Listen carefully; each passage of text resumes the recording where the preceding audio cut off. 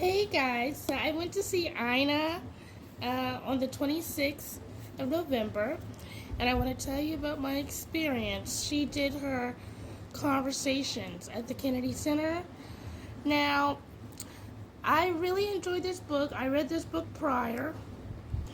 I read this book prior to going to the book conversation. It was kind of surface space, but it was also what I was expecting. I mean, Ina is a good time, not a long time.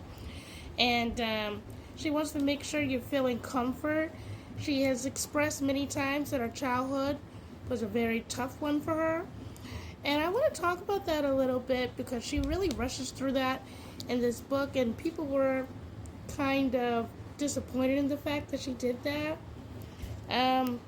I think she did that because it was kind of traumatic for her. And I know people are saying, or some people are saying, well, her parents were rich. She was very well off. She's complaining a lot. But a lot of the luck that happens is because she was financially set from her parents. So is it really luck or is it just status? That's for you to decide.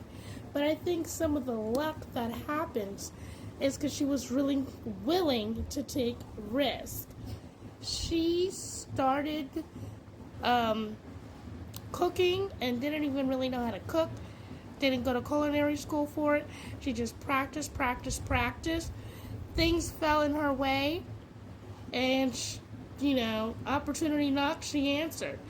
That's a good thing to think about. When things happen in your life, don't be so quick to be pessimistic about it. So that's pretty much what I got from this book. I also loved her love between her and Jeffrey, of course. She says that her life really didn't start till he got with her. And, some people criticized her for their marriage. That's their marriage. I don't hear Jeffrey complaining. So maybe it works for them. If you don't like how she is an independent baddie, then just don't do that in your marriage, But that clearly works for them because he said to her, you've got to do something that you love. So find something that you love to do. So he inspired her to do exactly this. And for people that just doesn't understand their romance dynamic, that's not any of their business, to be honest. I enjoyed it. I enjoyed this way more than the conversation, and here's why. The man who interviewed her or had a conversation with her was a very well-known author, and he talked more about himself than her. That was very annoying. I paid a good amount of money to go see her, and we talked more about him than her. I wasn't the only Ina fan that was disappointed. We kind of were just like, huh? Do they realize we paid for this? That was the feeling that I was getting. I saw her at the Kennedy Center. She's very pleasant, but I would not do that again because I went to go hear about her.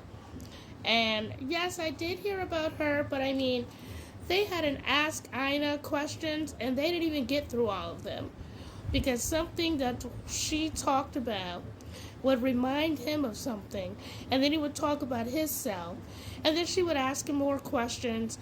Very informational, but at the same time, we paid to see you.